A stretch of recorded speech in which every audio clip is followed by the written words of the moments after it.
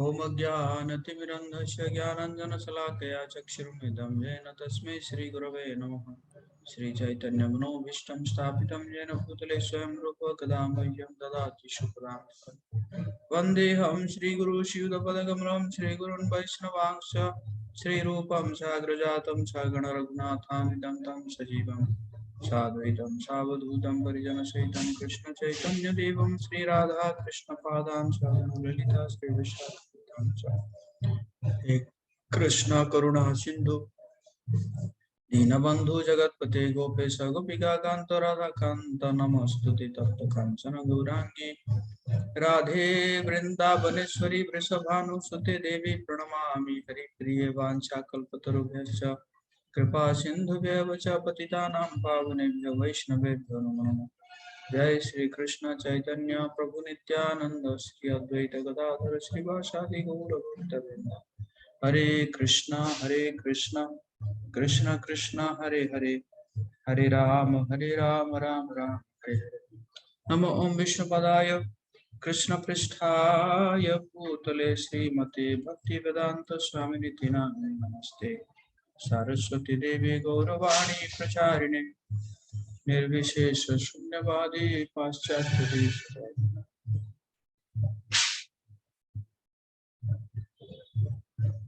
मूकं करोति वाचालं पंगुं लंघयति गिरिं यत्कृपातमहं वन्दे श्रीगुरुदिनतारिणे श्रीचैतन्येश्वरं परमानन्दमाधवम्। नारायणं नमस्कृत्यं नरो चैवं नरोत्तमं देवीं सरस्वतीं व्यासं ततो जयमुदीरयेत्।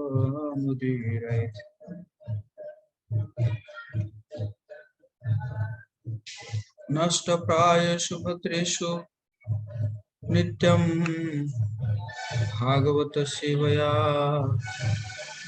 भगवती उत्तम श्लोके भक्तिर्भवति नैष्टिकी। ओम नमो भगवते वासुदेवाय। ओम नमो भगवते वासुदेवाय। ओम नमो भगवते वासुदेवाय।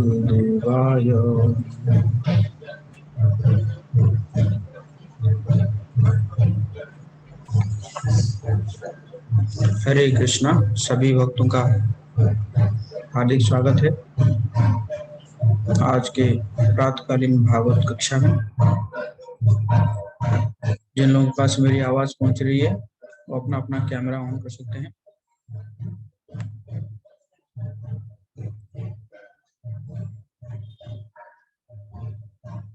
तो आज हम पढ़ेंगे श्रीमद् भागवतम पहला स्कंद 13वां अध्याय और श्लोक का संख्या है 29।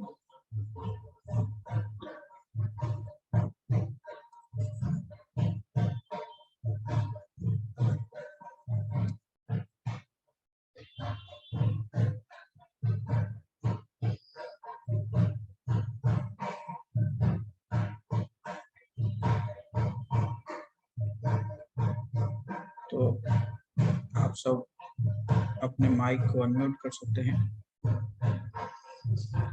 और फिर हम श्लोक को दोहराएंगे।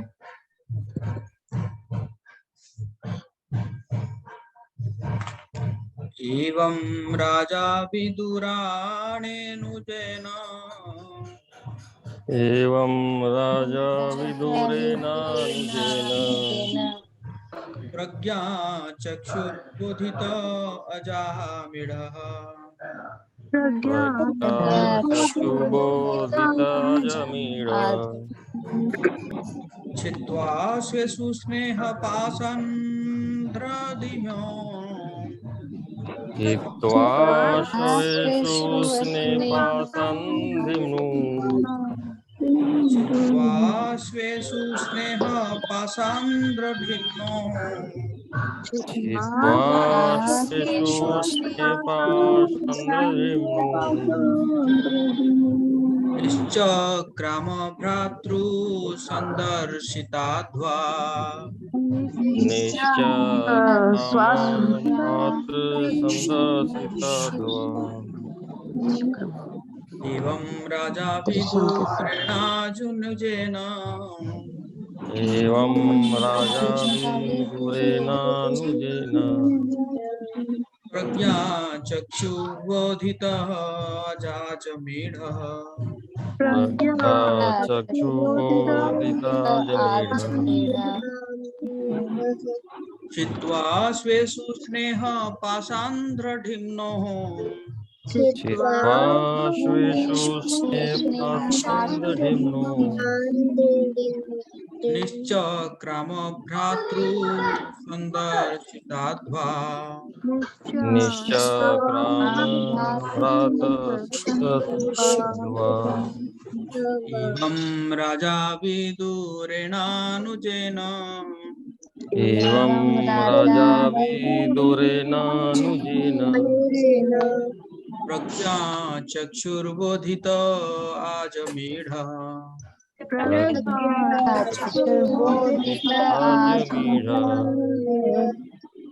चित्वा स्वेषु स्नेह पाशान्ध्रढिम्नो स्वेषु स्नेहपाशान्द्रभिन्नो निश्चक्राम भ्रातृ सन्दर्शिताध्वा निश्चक्रामभ्रातसन्दर्शित्वा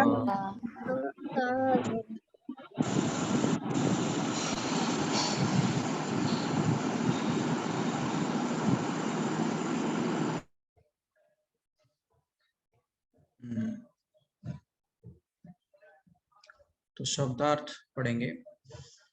एवं इस प्रकार राजा धृतराष्ट्र विदुरेण अनुजेन अपने छोटे भाई विदुर द्वारा प्रज्ञा आत्मनिरीक्षण का ज्ञान, चक्षु आंखें, बोधितः समझी जाकर, आजमीढ़ धृतराष्ट्र जो आजमीढ़ वंश की संतान थे,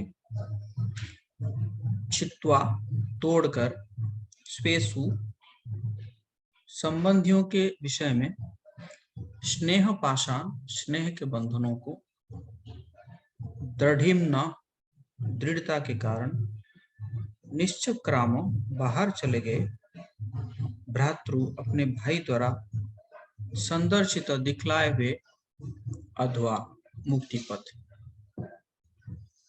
अनुवाद और तात्पर्य जगत गुरु शिला प्रभुपाद जी के द्वारा शिला प्रभुपाद की जय। इस प्रकार आजमीढ़ के वंशज महाराज धृतराष्ट्र ने आत्मनिरीक्षण युक्त ज्ञान द्वारा पूर्णतः आश्वस्त होकर तुरंत ही अपने दृढ़ संकल्प से पारिवारिक स्नेह के सारे दृढ़ पाश तोड़ दिए। तत्पश्चात वे तत्काल घर छोड़कर अपने छोटे भाई विदुर द्वारा दिखलाए गए मुक्ति पथ पर निकल पड़े। तात्पर्य: श्रीमद् भागवत के सिद्धांतों के महान प्रचारक भगवान श्री चैतन्य महाप्रभु ने साधुओं अर्थात भगवान के शुद्ध भक्तों की संगति पर विशेष बल दिया है। उन्होंने बताया है कि शुद्ध भक्त के साथ एक क्षण की संगति से भी उसे सारी सिद्धि प्राप्त हो सकती है। हम यह स्वीकार करते हुए तनिक भी लज्जित नहीं है कि हमने अपने व्यावहारिक जीवन में ऐसा ही अनुभव किया है। यदि कुछ मिनट की प्रथम भेंट के समय कृष्ण कृपा मूर्ति श्री श्रीमद् भक्ति सिद्धांत सरस्वती गोस्वामी महाराज की कृपा न हुई होती तो अंग्रेजी में श्रीमद् भागवत के वर्णन का यह गुरुतर कार्य स्वीकार कर पाना हमारे लिए असंभव होता। उस उपयुक्त क्षण में उनका दर्शन किए बिना हम एक धुरंधर व्यापारी होते, किंतु मुक्ति के मार्ग पर चलने तथा अपने गुरु के आदेशानुसार भगवान की सेवा करने के मार्ग पर अग्रसर होने में कभी समर्थ न हुए होते। और यहाँ पर प्रस्तुत है दूसरा व्यावहारिक उदाहरण। धृतराष्ट्र के साथ विदुर की संगति का प्रभाव। महाराज धृतराष्ट्र राजनीति, अर्थशास्त्र तथा पारिवारिक आसक्ति से संबंध भौतिक आकर्षण के जाल में मजबूती से बंधे हुए थे और अपनी नियोजित परियोजनाओं को सफल बनाने के लिए उन्होंने पूरी शक्ति से कार्य किया, किंतु उन्हें अपने भौतिक कार्यकलापों में अथ से इति तक हताशा ही हाथ लगी। इसके बावजूद अपने जीवन की विफलताओं के होते हुए भी उन्होंने आदर्श साधु के प्रतीक समान भगवान के शुद्ध भक्त के शक्तिशाली उपदेशों से आत्म साक्षात्कार में सर्वाधिक सफलता प्राप्त की।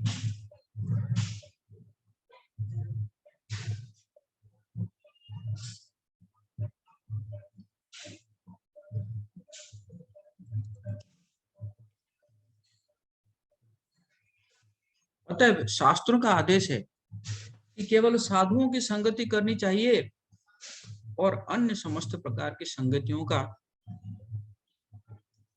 तिरस्कार कर देना चाहिए। ऐसा करने से साधुओं से श्रवण करने के लिए पर्याप्त सुअवसर प्राप्त हो सकेगा, जो इस भौतिक जगत में माया के स्नेह बंधन को छिन्न भिन्न करने वाले हैं। तथ्य यह है कि यह भौतिक जगत महान मोह है, भ्रम है, क्योंकि इसमें प्रत्येक वस्तु यथार्थ सत्य प्रतीत होती है, लेकिन दूसरे ही क्षण वो समुद्र के उफनते फेन की भांति या आकाश में बादलों की भांति छूमंतर हो जाती है।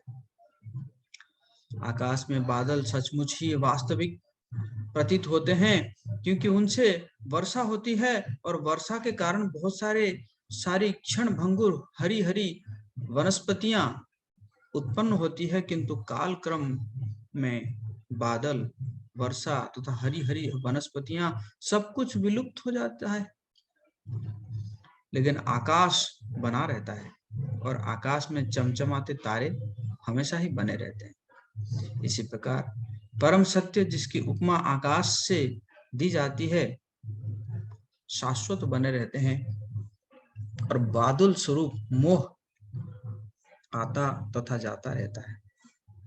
मूर्ख जीव क्षणिक बादल के प्रति आकृष्ट होते हैं, लेकिन जो बुद्धिमान है वे शाश्वत आकाश तथा वहां की समस्त विविधता से सरोकार रखते हैं। बहुत सुंदर श्लोक भी है और साथ साथ श्रील प्रभुपाद जी का तात्पर्य है।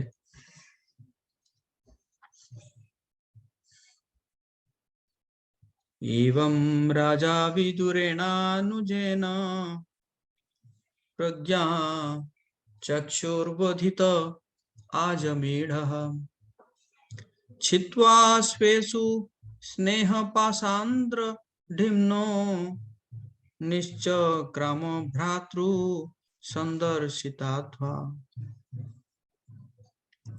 इस प्रकार आजमीढ़ के वंशज महाराज धृतराष्ट्र ने आत्मनिरीक्षण युक्त ज्ञान द्वारा पूर्णतः आश्वस्त होकर तुरंत ही अपने दृढ़ संकल्प से पारिवारिक स्नेह के सारे दृढ़ पाश को तोड़ दिए और तत्पश्चात वे तत्काल घर छोड़कर अपने छोटे भाई विदुर द्वारा दिखलाए गए मुक्ति पथ पर निकल पड़े। तो यहाँ पे विदुर जी तो हम सुन रहे थे, कई दिनों से हम सुन रहे हैं कि विदुर जी कैसे कैसे अपने भाई धृतराष्ट्र को परम ज्ञान दिए और उनको कैसे प्रोत्साहित किए कि कैसे अब घर छोड़ना है कि नहीं। धृतराष्ट्र बहुत ही ज्यादा आसक्त थे पहले तो अपने बच्चों के प्रति, और बच्चे तो मर गए हैं, फिर जो है वो आसक्ति है ना बदल गई। और मुख्यतः विदुर जी ऐसा कहकर डांटते हैं कि कितना दुर्भाग्य है जीव का, देखो इतना कितना दुर्भाग्य है कि शरीर के प्रति इतनी आसक्ति है कि जो जिनको एक दिन शत्रु मान रहे थे, जिनको जो है जिनके घर जला दिए, जिनकी बहू की वस्त्र हरण करने की जो है निर्वस्त्र करने की प्रयास किया जा रहा था, जिनको जहर पिला दिए थे, और उन्हीं के उच्चिष्ट पर उन्हीं के झूठा खाते खाते आप जी रहे हैं। इसी प्रकार बहुत सुंदर विदुर जी जो है डांटते हैं, और ये भी क्या है उनके हित के लिए, धृतराष्ट्र के हित के लिए डांटते हैं। और इस प्रकार जब डांटते हैं और पूरा एकदम मार्ग बता देते हैं कि आपको तो अभी छोड़ना ही छोड़ना है, जल्दी छोड़िए। तो फिर धृतराष्ट्र जो है, इस श्लोक में बताया गया है कि धृतराष्ट्र जो है उन्होंने क्या किया, आत्मनिरीक्षण ज्ञान द्वारा उन्होंने भी सही इसको, अगर उनको लगता है कि ये तो विदुर जो है ऐसे ही बोल रहा है, ये तो झूठी बोल रहा है, या जो बोल रहा है दैट इज नॉट प्रैक्टिकल, अगर ऐसे सोचते तो नहीं जाते। लेकिन उन्होंने उसको एनालाइज किया और देखा कि नहीं ये सही है। तो इस ज्ञान के द्वारा उन्होंने क्या किया, आश्वस्त होकर तुरंत ही दृढ़ संकल्प से, दृढ़ संकल्प है कि नहीं, कि अब आना नहीं है। दृढ़ संकल्प का मतलब है ये नहीं कि चलो चलते हैं बस स्टॉप तक जाते हैं, अगर मन होगा तो फिर वहां से वापस आ जाएंगे, है कि नहीं। नहीं, पूरा दृढ़ संकल्प से उन्होंने किया कि पारिवारिक स्नेह के सारे दृढ़ पाश को तोड़ दिए, और फिर उन्होंने घर छोड़कर जो भाई ने जो मुक्ति का मार्ग बताए थे उस मार्ग पर निकल गए। तो श्रील प्रभुपाद जी यहाँ पे एक बात पर बहुत ही बल दे रहे हैं, वो क्या है, शुद्ध भक्तों के संग। तो शुद्ध भक्त कौन है? शुद्ध भक्त, भक्त तो भक्त है, फिर शुद्ध है और शुद्ध भी है क्या? कौन बताएंगे कि कौन है शुद्ध भक्त, किनको कहा जाता है?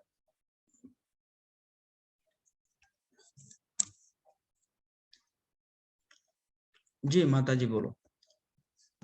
हरे कृष्ण प्रभु जी, धन्यवाद प्रणाम। शुद्ध भक्त, जहाँ तक मैंने कथन सुना है कि जो प्रभु पे आश्रित होते हैं टोटली, और जिनका सारा पाप क्षीण हो गया है, और जिन्हें जो वैष्णव के सानिध्य में रहते हैं, उनके अपने गुरु का सारा बात मानते हैं, जो उनका आज्ञा है उनका पालन करते हैं, वो शुद्ध भक्त होते हैं। जो जिन्हें कृष्णा ने एक्सेप्ट कर लिया हो गुरु के माध्यम से, वो शुद्ध भक्त हो सकते हैं। अच्छा, और जो शुद्ध भक्त नहीं होते हैं वो क्या है, अशुद्ध भक्त होते हैं? नहीं, अशुद्ध नहीं, मीन्स वो भी प्रोसेस में है। अभी फैक्ट्री में क्लीनिंग प्रोसेस है। जैसे हम लोग हैं, मैं हूँ, मैं भी शुद्ध भक्त नहीं हूँ प्रभु जी, मैं भी बहुत गंदी हूँ अंदर से। ओके ओके, और कोई बताना चाहेगा शुद्ध भक्त कौन है? क्या है शुद्ध भक्त की परिभाषा?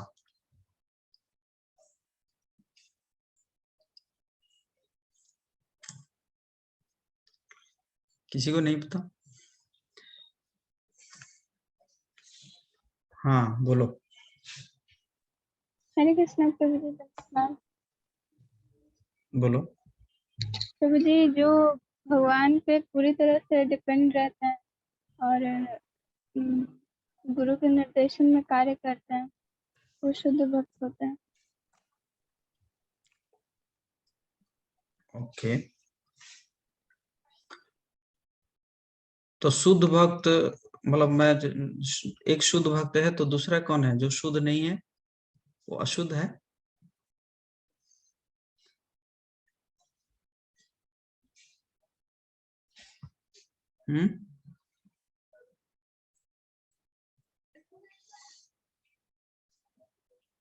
ओके। प्रभु जी, प्रभु जी, वो अभी माता जी बोली ना, वो प्रोसेस में अनर्थ निवृत्ति ये सब होते रहता है, इसलिए तो पूरी तरह से शुद्ध होने का प्रयास करता हूँ।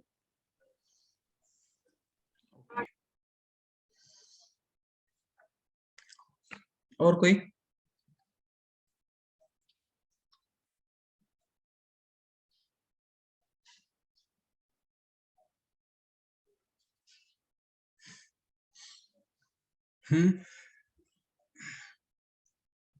जी बोलो।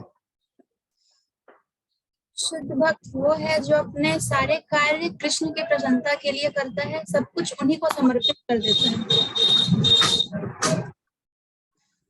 Okay, thank you. बहुत क्लोज आंसर। और तो दूसरा कौन है जो शुद्ध नहीं है?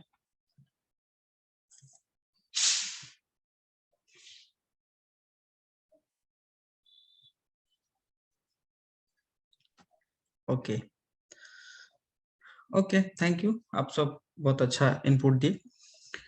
तो शुद्ध भक्त वो है जिनकी जो इच्छा है वो सिर्फ और सिर्फ कृष्ण को प्रसन्न करने के लिए है। एक थोड़ा सा भी इच्छा नहीं है कि अपनी इंद्रिय तृप्ति करने के लिए, अपने लिए, है ना। आर ना मने करियो मने आशा, मतलब उनकी इच्छा सिर्फ यही है कि कैसे कृष्ण प्रसन्न होंगे। मतलब ये नहीं कि बस एक समय के लिए, 24 आवर्स नित्य उनकी इच्छा यही है। मतलब वो 24 घंटे लगे हुए हैं, 24x7 लगे हुए हैं कि कैसे कृष्ण प्रसन्न होंगे। तो ये है शुद्ध भक्त। हाँ, हो सकता है कि ऐसा जरूरी नहीं कि उनके जो है अनर्थ नहीं गया हो तो फिर वो शुद्ध भक्त नहीं है। नो, वो तो एक प्रोसेस है, धीरे धीरे अनर्थ जाएंगी, है ना, और धीरे धीरे वो आगे बढ़ेंगे। लेकिन एटलीस्ट अभी क्या है, जिसके अंदर कंप्लीटली यही एक इच्छा है, जो कि सारे कार्य मैं जो करूंगा वो कृष्ण की प्रसन्नता के लिए करूंगा, एक भी कार्य ऐसे नहीं करूंगा जो कि अपनी प्रसन्नता के लिए, या है ना, जो कहते हैं ना एक सेंस ग्रेटिफिकेशन एंड एक होता है एक्सटेंडेड सेंस ग्रेटिफिकेशन, अपनी इंद्रिय तृप्ति के लिए या अपने परिवार के लिए, अपने देश के लिए, अपने जाति के लिए, है ना। तो ऐसा नहीं है। हाँ, तो फिर वो शुद्ध भक्त नहीं है। तो जो शुद्ध भक्त नहीं है तो वो क्या है? वो मिश्रित भक्त है, उसको बोलते हैं मिश्रित भक्त, है ना। एक इज प्योर डिवोटी, एक है मिक्स्ड डिवोटी। मिक्स्ड डिवोटी मतलब वो कुछ समय कृष्ण की प्रसन्नता के लिए भी काम करता है, कुछ समय देवताओं के प्रसन्नता के लिए भी काम करता है, कुछ समय जो है अपने परिवार की प्रसन्नता के लिए भी काम करता है, कुछ समय अपनी इंद्रियां की प्रसन्नता के लिए काम करता है। तो उसको क्या बोलते हैं? मिश्रित भक्त, मिक्स्ड डिवोटी, है कि नहीं। तो प्रभुपाद जी कह रहे हैं कि चैतन्य महाप्रभु जो है वो क्या संस्तुति किए हैं कि शुद्ध भक्त साधुओं अर्थात भगवान के शुद्ध भक्तों की संग पर विशेष बल दिया है, और कह रहे हैं कि शुद्ध भक्त के साथ एक क्षण की संगति से भी उसे सारी सिद्धि प्राप्त हो सकती है। साधु संग सर्वशास्त्र कहे लव मात्र साधु संग सर्व सिद्धि है। थोड़ा सा भी अगर साधु संग जो है उसका सर्व सिद्धि हो सकता है कि नहीं। आप देखिए जो ध्रुव महाराज है, जंगल जा रहे थे तो रास्ते में ही नारद मुनि मिल गए और थोड़ा सा समय वार्तालाप हुआ और बस जो बता दिए उसी में नारद जो ध्रुव महाराज अपना साधन किए और 6 महीने में उनको भगवान प्राप्त हुए। आप रत्नाकर ले लीजिए, नारद मुनि ने कहा कि भाई तुम जो है राम का नाम जपो, वो तो राम का नाम भी नहीं आ रहा था उनके मुंह में, तो मरा मरा जपे और जपते जपते जो है वो वाल्मीकि बन गए।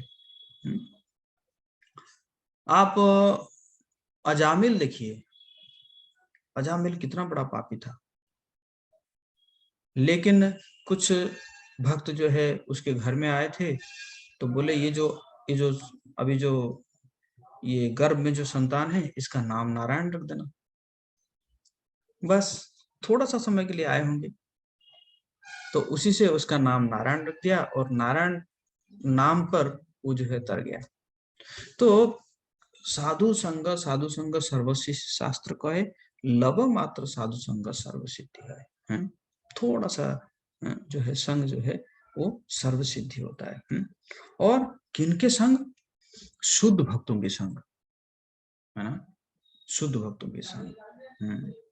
और श्रील प्रभुपाद जी क्या कर रहे हैं, अपना खुद का एग्जाम्पल दे रहे हैं, कह रहे हैं कि मुझे कोई बोलने में कोई ऐसा शर्म नहीं है कि मैं तो एक, है ना, एक व्यवसाय का जीवन व्यतीत कर रहा था, मैं एक व्यापारी था और उस दिन अचानक जो है मैं मिल गया अपने गुरु से, श्रील भक्ति सिद्धांत सरस्वती प्रभुपाद जी से, और उनके साथ थोड़ा सा जो वार्तालाप से उन्होंने इतना जो है प्रोत्साहन दिए मुझे, ताकि मैं क्या कर रहा हूँ, ये जो अंग्रेजी भाषा में मैं क्या कर रहा हूँ, ये प्रचार कर रहा हूँ, इसका पूरा श्रेय जो है वो क्या कर रहे हैं, अपने गुरु महाराज जी को दे रहे हैं, है ना। तो प्रभुपाद जी अपने लाइफ हिस्ट्री के बारे में, एग्जाम्पल के बारे में बता रहे हैं। तो फिर प्रभुपाद जी कह रहे हैं कि उसी प्रकार यहाँ पे धृतराष्ट्र के बारे में बता रहे हैं कि धृतराष्ट्र कितने भाग्यशाली है, उनको किनका संग मिला? विदुर जैसे शुद्ध भक्त के संग मिला, है कि नहीं। विदुर भी जो है क्या है, वो शुद्ध भक्त है कि नहीं। विदुर तो वैसे भी वो महाजन है, यमराज जी है, श्रापित होकर उन्होंने कुछ साल के लिए आए थे इस मर्त्यलोक में, और उन्होंने भी ये दिखाया, वो महाजन होते हुए भी, 12 महाजनों में एक महाजन है यमराज जी, वो महाजन होते हुए भी ये दिखाया कि ये शुद्ध भक्तों का संग कितना इम्पोर्टेंट है। तो उन्होंने जाके मैत्रेय मुनि से उन्होंने संग लिया, उन्होंने उद्धव जी से भी का भी संग लिया, और मैत्रेय विदुर संवाद जो है वो कई जगह में हम पढ़ते हैं। तो मैत्रेय मुनि को उन्होंने गुरु रूप में स्वीकार किया, और मैत्रेय मुनि के जो भी उन्होंने ज्ञान हरण किया और उसको लेकर आकर उन्होंने प्रचार किए कि इनको अपने भाई धृतराष्ट्र को, है ना। तो धृतराष्ट्र भी बहुत भाग्यशाली है कि विदुर जी का संग मिला उनको, और एक शुद्ध भक्तों का संग मिलने के बाद ही वो क्या कर पाए, अपनी जो आसक्ति, उस आसक्ति को वो तोड़ पाए, है कि नहीं। आसक्ति तो ऐसा है, ऐसा कहते हैं कि आसक्ति जा नहीं सकती है कि नहीं। आसक्ति क्या है आसक्ति जा नहीं सकती, बट वो अगर जाएगी तो कैसी जाएगी, ऐसे ही शुद्ध भक्तों की कृपा से, शुद्ध भक्तों की संगति से, है ना, ये जो है ये आसक्ति जाएगी, है ना। तो हालांकि तो महाराज धृतराष्ट्र के बारे में बता रहे हैं कि जो है धृतराष्ट्र जो है राजनीति, अर्थशास्त्र, पारिवारिक आसक्ति से संबंध, भौतिक आकर्षण के जाल में मजबूती से बंधे हुए थे, बहुत ही मजबूती से। और अपनी सुनियोजित परियोजना को, प्लानिंग है ना, एक व्यक्ति जो है जब परिवार बंधन में आसक्त होता है तो वो कई प्रकार के प्लानिंग करता है कि नहीं, मैं कम से कम इतना दिन जीऊंगा, और अगर इतना दिन जीऊंगा तो ऐसे करके जाऊंगा, ऐसा करके जाऊंगा कि मेरे 7 पुरुष क्या 10 पुरुष तक भी मुझे याद करेंगे है कि नहीं, मुझे याद करेंगे, मैं इतना दे के जाऊंगा उन लोगों को। अरे कोई नहीं याद करने वाला, मर जाओगे तो कम से ज्यादा 1 साल तक याद करेंगे। 1 साल मतलब 1 साल वो वार्षिक होता है ना, तब तक याद करेंगे, उसके बाद कोई याद करने वाला है नहीं, है कि नहीं। ये भ्रम है ना, संसार का भ्रम है कि नहीं। इस संसार में देखा जाए तो भौतिक भौतिक जो जो बंधन में कोई किसी का नहीं है कोई किसी का नहीं है संसार में। ये निराट सत्य है कि नहीं। बट यस, रह रहे हैं तो एक तो है ना, एक जो है क्या कहते हैं कि मतलब एक संबंध बना के रखेंगे, और हम प्रयास करते हैं कि कैसे इस भौतिक बंधन में आध्यात्मिकता को जोड़ा जाए। कैसे कृष्ण जो है वो हमारे जो है हमारे सेंटर ऑफ बॉन्डिंग होना चाहिए। हमारी जो बॉन्डिंग है उस बॉन्डिंग के सेंटर कौन होना चाहिए? कृष्ण होना चाहिए। अगर ये होता है तो थोड़ा बहुत आप जो है धोखेधड़ी से बच सकते हैं, थोड़ा बहुत, ज्यादा नहीं ज्यादा नहीं, है कि नहीं क्योंकि पारिवारिक बंधन में आप कितना भी कुछ कर लो, वो कहीं ना कहीं जो है स्वार्थ रहता ही रहता है। और जहां पे भी वो स्वार्थ ठोकर हुआ, तो अब तो मतलब ऐसा तो नहीं है कि आप हमेशा जो है किसी को प्रसन्न कर पाएंगे, है ना। ये तो बहुत ही इम्पॉसिबल है। आप अगर चाहेंगे कि मैं हमेशा इस व्यक्ति को खुश कर पाऊंगा या कर पाऊंगी, ऐसा तो है ही नहीं। और जैसे ही आप जो है थोड़ा चुक जाओगे, तब होगा प्रहार है कि नहीं। तब कोई नहीं देखेगा कि आप पहले कितने किए थे। तो ये एकदम निराट सत्य है संसार का, है कि नहीं। तो ये संसार के बंधन से जो मुक्त हो गया है, तो ये मान लीजिए कि वो बहुत परम भाग्यशाली है कि नहीं। तो इसी प्रकार धृतराष्ट्र जो है जकड़ के बंधे हुए थे, तो उस बंधन से विदुर जी जो क्या कर रहे हैं, एकदम उपदेश देकर, डांट कर, है ना, बाय हुक और बाय क्रुक उन्होंने क्या कर पाए, इनके जो बंधनों को काट डाले, है कि नहीं। बंधनों को खोला नहीं जा सकता। ये जो बंधन है ना, इन बंधनों को खोला नहीं जा सकता। आप खोलते खोलते परेशान हो जाएंगे, खोलते खोलते जो है आपकी जो जिंदगी निकल जाएगी, है कि नहीं। इस बंधन को क्या करना पड़ता है? काटना पड़ता है कि नहीं। तो इसी प्रकार विदुर जी की कृपा से धृतराष्ट्र जो है वो बंधनों को काट डाले, और है ना, किंतु अपने भौतिक कार्यकलाप में अत से इति तक हताशा ही हाथ लगी। हालांकि धृतराष्ट्र बहुत कुछ प्लानिंग किए थे, लेकिन क्या मिला? हताशा, है कि नहीं। इसके बावजूद अपने जीवन की विफलताओं के होते हुए भी उन्होंने आदर्श साधु के प्रतीक समान भगवान के शुद्ध भक्त के शक्तिशाली उपदेशों से आत्म साक्षात्कार में सर्वाधिक सफलता प्राप्त की। अतएव शास्त्रों का आदेश यही है कि केवल साधुओं की संगति करनी चाहिए और अन्य समस्त प्रकार की संगतियों का तिरस्कार कर देना चाहिए। तो कोई पूछ सकता है प्रभु जी कैसे होगा, हम तो पूरा रहते हैं, है कि नहीं, पूरा परिवार में रहते हैं, उस संग नहीं करेंगे तो कैसे चलेगा। तो एक होता है संग देना और एक होता है संग लेना, है ना। संग देना और संग लेना, है कि नहीं। तो हमेशा भक्तों का भक्त जो है वो क्या करते हैं, संग देते हैं, लेकिन संग नहीं लेते हैं भौतिकवादी लोगों से। संग लेना है तो किन किन से लेना है, साधुओं से लेना है, भक्तों से लेना है ना।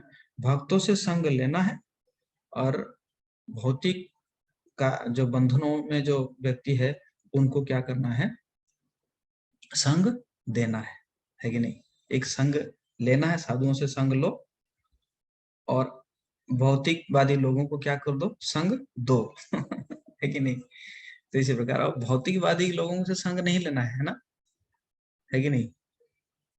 जैसे मैं, अगर हो सकता है कि कभी जो है, कभी कोई बहुत ही रिच पर्सन आया, कहता है कि चलिए प्रभु जी आपको हम है ना मर्सिडीज या BMW में लेके जाते हैं। चलो ठीक है, लेके जाते हैं। तो लेके जाऊंगा, मैं भी सोचूंगा कि अरे बाप रे, गाड़ी तो बहुत अच्छी थी, मेरे पास भी होना चाहिए। तो ये क्या हो गया, मैंने संग ले लिया, मैंने उस व्यक्ति का संग मैंने ले लिया, है कि नहीं। तो या किसी घर में गए, बहुत बड़ा बिल्डिंग है, बहुत सुंदर आलीशान घर है, तो सोचेंगे कि हमारे पास भी ऐसे होना चाहिए, उसके पास ऐसे बंगला है, ऐसा टीवी है कि नहीं, हमारे पास भी ऐसे होना चाहिए। या उसके पास कितना सुंदर ड्रेस पहन रखी है, मेरे पास ऐसे ड्रेस होना चाहिए। तो ये क्या हो गया, ये हो गया संग लेना, है कि नहीं। बल्कि संग देना चाहिए। संग दोगे कैसे, सिंपल रहो, है ना, क्लीन रहो। ऐसा नहीं कि एकदम गंदा ड्रेस पहनोगे कि हम तो सिंपल है सिंपल का मतलब ये नहीं कि अनक्लीन रहना है, क्लीन रहिए और सिंपल ड्रेस पहनिए। तो इसमें क्या होगा, और खुश रहिए, नाचिए गाइए। तो उसमें क्या होगा कि जो बाकी जो लोग हैं वो आपसे इंस्पायर होंगे, आपसे संग लेंगे।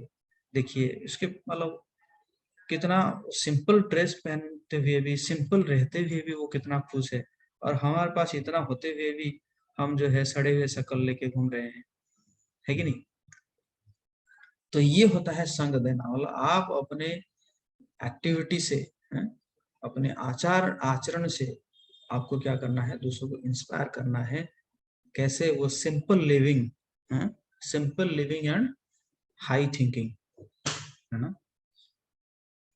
लोग लेकिन उल्टा हो गया है, क्या कर रहे हैं, हाई लिविंग और लो थिंकिंग हो गया, है ना, सिंपल थिंकिंग हो गया है। सिंपल थिंकिंग का मतलब क्या है कि कैसे आप बढ़िया सा आहार होगा,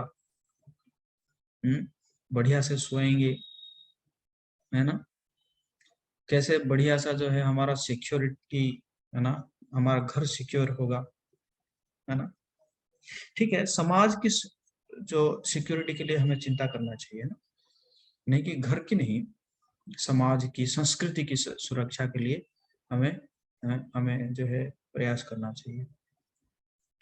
और आहार, निद्रा, भय, मैथुन, कैसे अच्छे से मैथुन करेंगे, या है ना बच्चे पैदा होंगे, तो इसी के बारे में सोचना, ये क्या हो गया, ये हो गया जो है सिंपल थिंकिंग। और हाई लिविंग, है ना, हाई स्टैंडर्ड में रह रहे हैं, बल्कि उल्टा होना चाहिए, simple living and high thinking. High thinking मतलब कैसे जो है लोग इस जन्म मृत्यु जरा व्याधि के चक्कर से मुक्त होंगे, है कि नहीं। लोग कैसे अज्ञानता, कैसे लोगों का अज्ञानता दूर होगा, है कि नहीं। तो इसी प्रकार जो है हमारा होना चाहिए।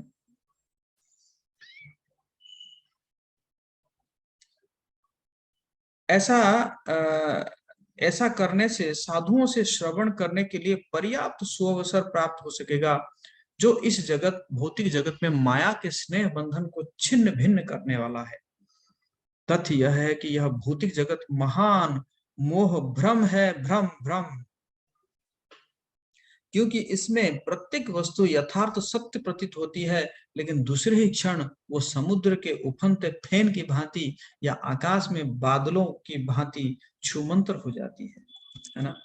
एक समय में आपको लगेगा अरे बाप रे, ये व्यक्ति मुझे कितना प्रेम करता है, ये तो मेरे लिए जीवन दे देगा।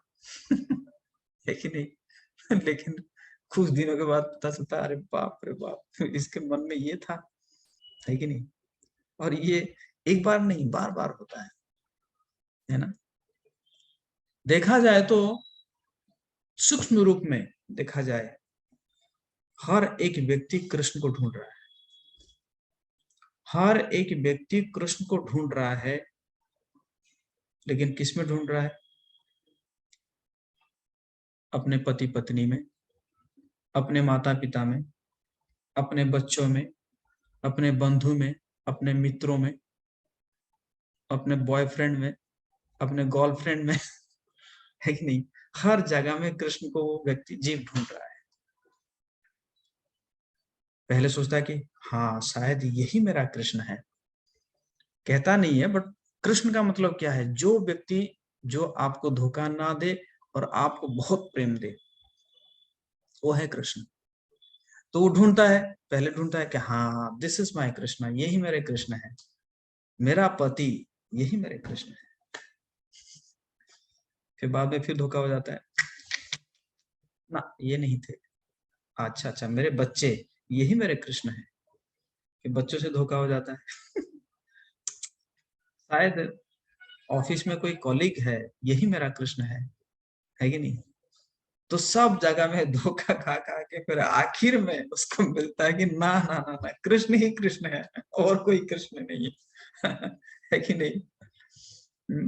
इसीलिए भगवान महाप्रभु कह रहे हैं, ब्रह्मांडे भ्रमिते कोनो भाग्यवान जी। ब्रह्मांड सारा में वो घूमते घूमते ढूंढते ढूंढते, है कि नहीं, कई ब्रह्मांड ढूंढते ढूंढते, है ना, कोनो भाग्यवान जीव, वो भाग्य में से उसको मिलता है, गुरु कृष्ण प्रसादे पाए भक्ति लता बीज।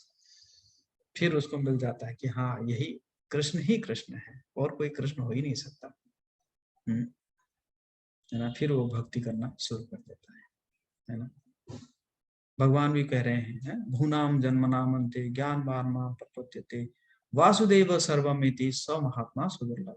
बहुत जन्मों के बाद, बहुत जन्मों के बाद, 84 लाख योनि में भटक भटक के फिर उसको ज्ञान प्राप्ति होता है।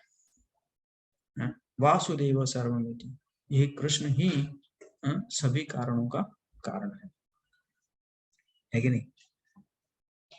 तो भगवान कह रहे हैं स महात्मा सुदुर्लभ, ये ऐसा इतना आसान नहीं है, इतनी आसान नहीं है कि नहीं? हमारे देखो जो है ग्रुप में लगभग हम जो भी मैसेज भेजते हैं, क्लास के लिए मैसेज भेजते हैं, लगभग लगता है कि 700-800 लोगों को मैसेज आता होगा, है कि नहीं? कितने लोग आए हैं? 28 लोग आए हैं। है ना? तो मतलब कई लोग होंगे जो कि जानेंगे कि हाँ कृष्ण ही सभी कारणों का कारण है। फिर उसमें से कुछ लोग होंगे कृष्ण को पाने के लिए इच्छा जाहिर करेंगे। फिर उसमें से कुछ लोग होंगे जो कि प्रयास करेंगे, और उसमें से एक आध बिरला होगा जिसको इस जीवन में कृष्ण प्राप्ति हो जाए।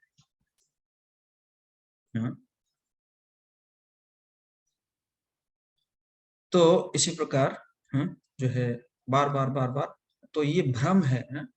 तो प्रभुपाद जी एनालॉजी दे रहे हैं कि समुद्र में दो चीज दे रहे हैं, समुद्र का समुद्र के उफनते फेन या आकाश के बादलों, है ना? आकाश में बादल दिखते हैं, है कि नहीं? लेकिन कुछ ही समय में हवा में वो क्या हो जाता है, बिखर जाते हैं, है ना? तो उसी प्रकार प्रभुपाद जी कह रहे हैं ये बादल या बादल से वर्षा या हरी हरी वनस्पतियां, ये सब कुछ ही समय में विलुप्त हो जाते हैं, लेकिन आकाश हमेशा बना रहता है, और उनमें से जो चमचमाते तारे ये हमेशा ही बने रहते हैं। इसी प्रकार परम सत्य जिसकी उपमा आकाश से दी जाती है वो शाश्वत बने रहते हैं, और बादल स्वरूप मोह भ्रम आता जाता रहता है।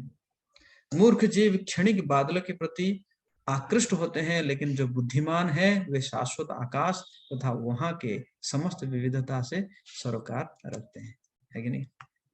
तो मूर्ख जीव जो है वो क्या है, वो भ्रम से, भ्रम के प्रति आकर्षित होते हैं। यही है, यही है कि नहीं? तो लेकिन जो ज्ञानी है वो किनको शाश्वत मानते हैं? आकाश को मानते हैं, मतलब भगवान, परम भगवान श्री कृष्ण को शाश्वत मानते हैं। हरे कृष्णा कृष्ण कृष्ण हरे हरे, हरे राम राम राम हरे हरे। किसी का कोई प्रश्न, टीका, टिप्पणी, कमेंट, फीडबैक? अरवल वाली माता जी, हरे कृष्ण। अरवल में माता जी, अरवल में प्रचार कब होगा? अरवल में सेंटर खोलिए, कुछ प्रचार करिए, कुछ भक्त बनाइए वहां पे। घर में रहते हैं जी। गया में रहते हैं आप? घर में ही रहते हैं, कहीं नहीं जा पाते हैं। अच्छा। बच्चे लोग के चक्कर में रह जाते हैं। अभी जी। अपने आप को क्लीन कर रहे हैं। श्री प्रभुपाद बोलते हैं ना कि पहले खुद शुद्ध हो। अभी मैं खुद अपने प्रोसेस में हूँ।